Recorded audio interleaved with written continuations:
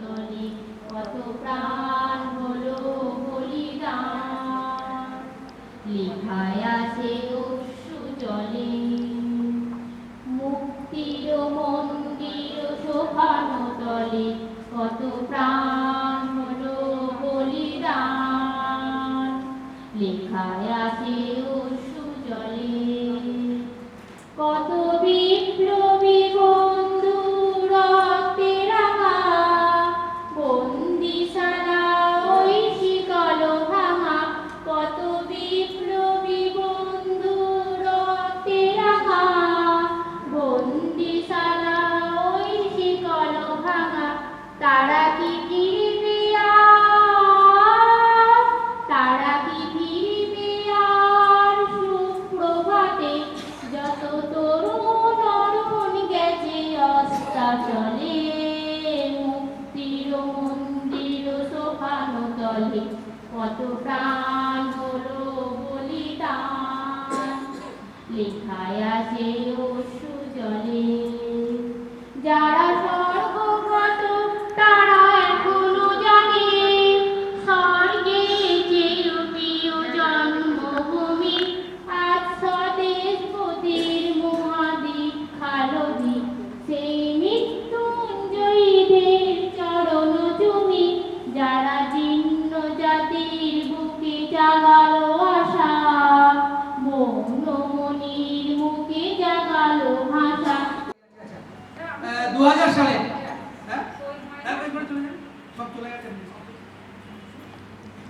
এই 2000 ঠিক চান করতে চায়।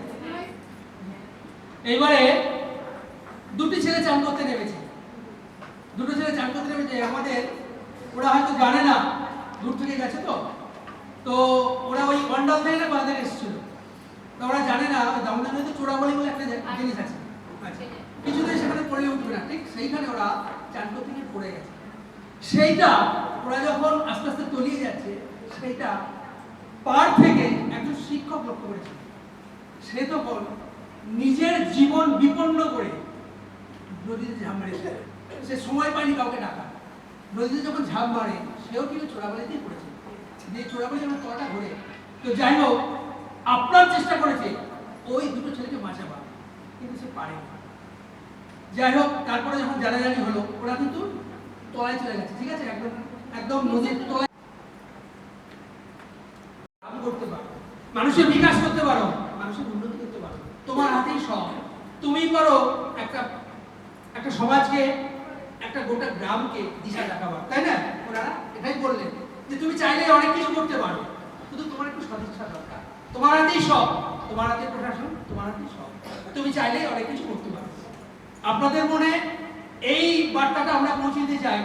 আপনারাও সবাই প্রধান আছেন, আপনারাও চাইলে অনেক কিছু পারেন, আপনাদের হাতে সবকিছু, ঠিক আছে? এই যে বার্তা সবাই কিছু না কিছু বলবো, তাহলে আপনার কালকে যা হয়েছে ওগুলো মনে পড়ে যাবে। আমরা ভেবে রাখবো, ঠিক আছে? আর যে একজনের বলা হয়ে গেলে চেষ্টা করবো দ্বিতীয়জন সেটাকে রিপিট না করতে, অন্য কিছু মনে করে একটা বলতে হবে, ঠিক আছে? রিপিট যত সম্ভব কম করার চেষ্টা করবো। এই ম্যাডামকে দিয়ে তাহলে আমি শুরু করলাম। বলটা ছুড়ে দিতে হবে, একটু দূরের দিকে ছুড়বে, আগে বলতে হবে নিজেকে, তারপরে দূরে ছুড়ে দেবে।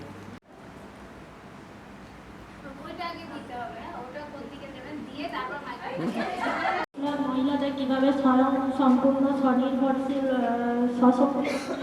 সশক্তিকরণ করা যায় এবং মহিলাদের কিভাবে অগ্রগতি সম্ভব এবং মহিলাদের সব দিক থেকেই সব জায়গায় এগিয়ে আসতে হবে। এখনকার যুগে বর্তমানে মহিলারা পিছিয়ে নেই, পুরুষদের সমান আমরা নারী, আমরা পারি। মিলেমিশে একত্রিত হয়ে কাজ করতে হবে, এটাও আমরা শিখতে পারি।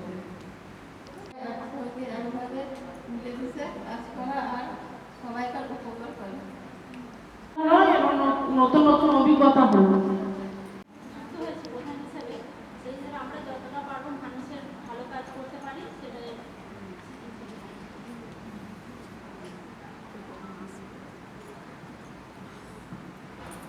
আমরা এখানে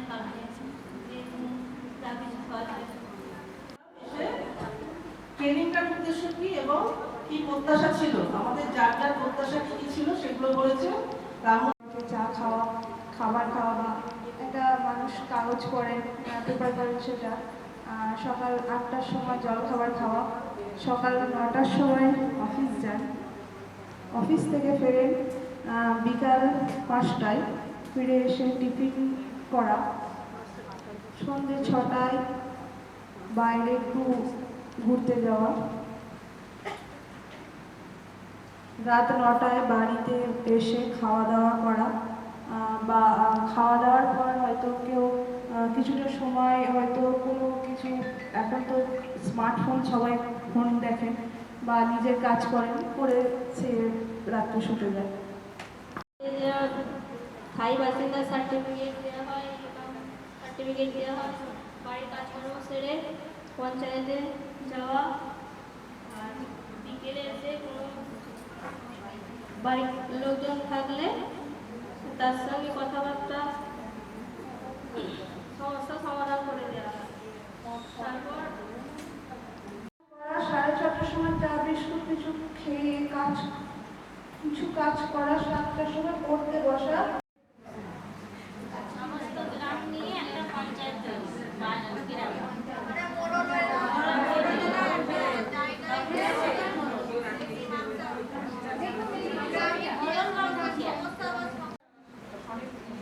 তিয়াত্তরতম সংবিধান সংশোধনের ফলে কি হলো, পঞ্চায়েত আমাদের দেশের মধ্যে কিন্তু সব জায়গায় পঞ্চায়েত একই সময় শুরু হয়নি।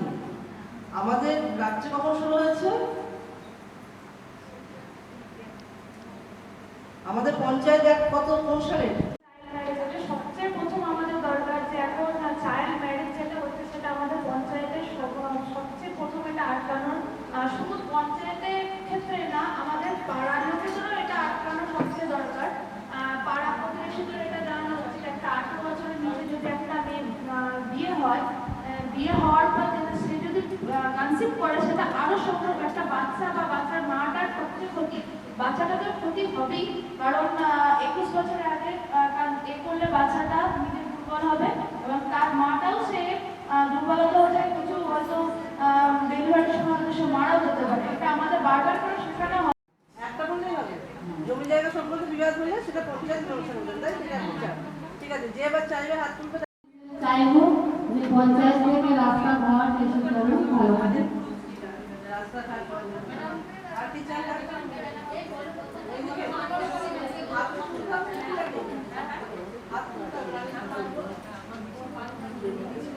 নিকাশি ব্যবস্থা ভালো করতে হবে, যাতে গাছের ফসলগুলো অতিরিক্ত বেশি দূরে না যায়। আমি আমার গ্রামের একজন পুরুষ হিসাবে পঞ্চায়েতের কাছ থেকে এটাই চাইবো, এখনো পর্যন্ত অনেক পুরুষ আছে যারা বেকার ঘুরে বেড়ায়, তাদের জন্য যদি পঞ্চায়েত থেকে কোনো বাজারে শেড তৈরি করে দেয়, তারা সেখান থেকে একটা ছোট ব্যবসা করে তার ফ্যামিলিকে চালাতে পারবে।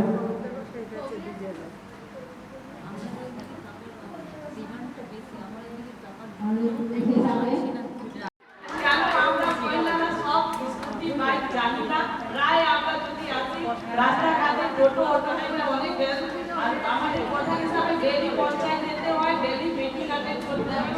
সেই টাকা বলবো যে আমাদের